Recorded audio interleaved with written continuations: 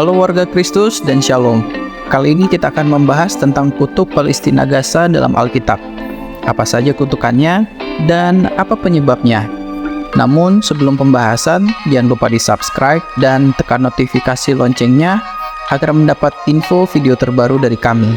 Oke?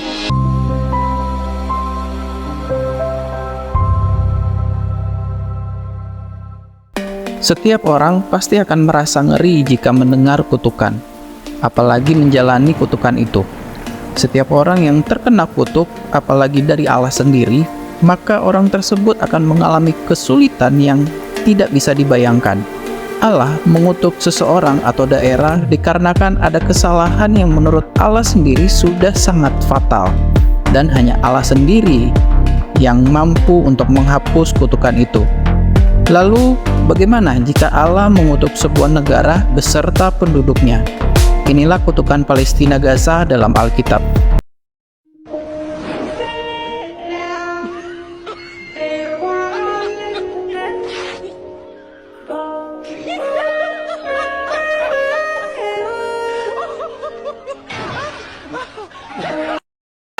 Kejadian pasal 9. Kami sudah pernah sedikit membahas di video ini bahwa daerah Kanaan meliputi Filistin atau Palestina dan Gaza.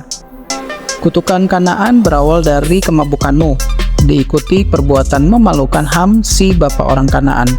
Dan Nuh mengutuk Kanaan karena perilaku Ham. Kejadian 9 ayat 20-27. Dalam Kejadian 9 ayat 25 berkatalah ia, "Terkutuklah Kanaan, hendaklah ia menjadi hamba yang paling hina bagi saudara-saudaranya."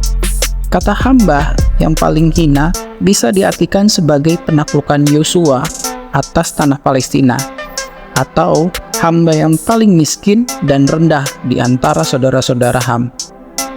Hal yang penting untuk diperhatikan bahwa kutukan tersebut dibuat oleh Nuh, bukan oleh Tuhan. Beberapa sarjana Injil menyatakan bahwa ketika sebuah kutukan dibuat oleh manusia, ia hanya dapat efektif jika Tuhan menyokongnya.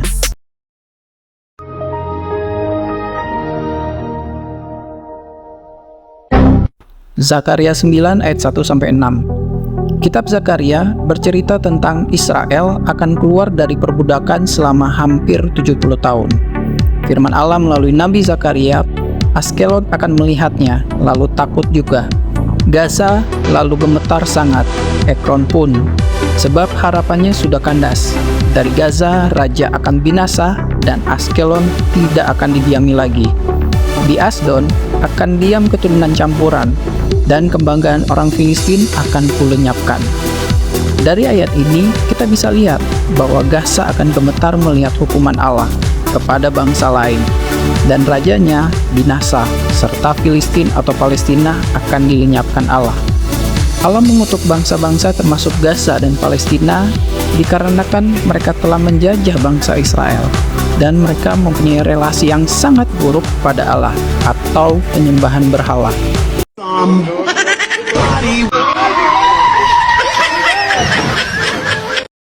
Amos 1 ayat 7-8.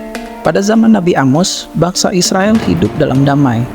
Tetapi kedamaian Israel diwarnai dengan penindasan terhadap bangsanya sendiri. Misalnya, raja yang korup, penyembahan berhala, orang Israel yang miskin dan berhutang dijual dan dijadikan budak bangsa-bangsa lain, termasuk ke Filistin dan Gaza.